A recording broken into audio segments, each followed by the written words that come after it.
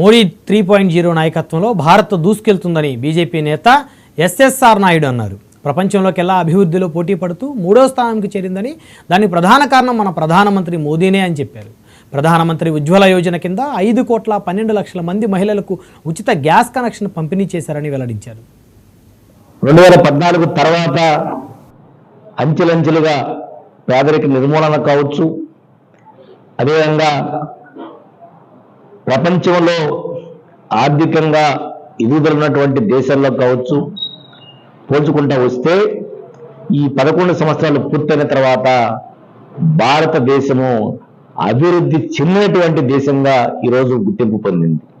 ఈరోజు ప్రపంచంలో ఆర్థికంగా 4వ స్థానంలో ఈరోజు భారతదేశం ఉంది. జపాన్ 4వ స్థానంలో ఉంది, దానికి పక్కన నెట్టి దానికి మన భారతదేశం ఆక్రమించింది. రాబోయేటువంటి 1-2 సంవత్సరాల్లో జర్మనీ కన్నా కూడా మనకు ముందుకెళ్లేటువంటి అవకాశం స్పష్టంగా కనిపిస్తుంది. మనం 3వ ప్లేస్కి వచ్చే అవకాశం ఉంది.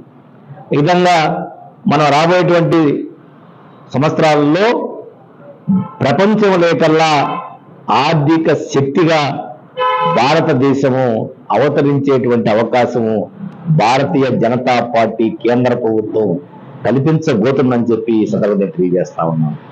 అదేవిధంగా 2014లో భారత ప్రధానమంత్రి నరేంద్ర మోడీ గారి బాధ్యతలు తీసుకున్న తర్వాత అనేకమైనటువంటి స్కీమ్స్ ప్రవేశపెట్టడం జరిగింది.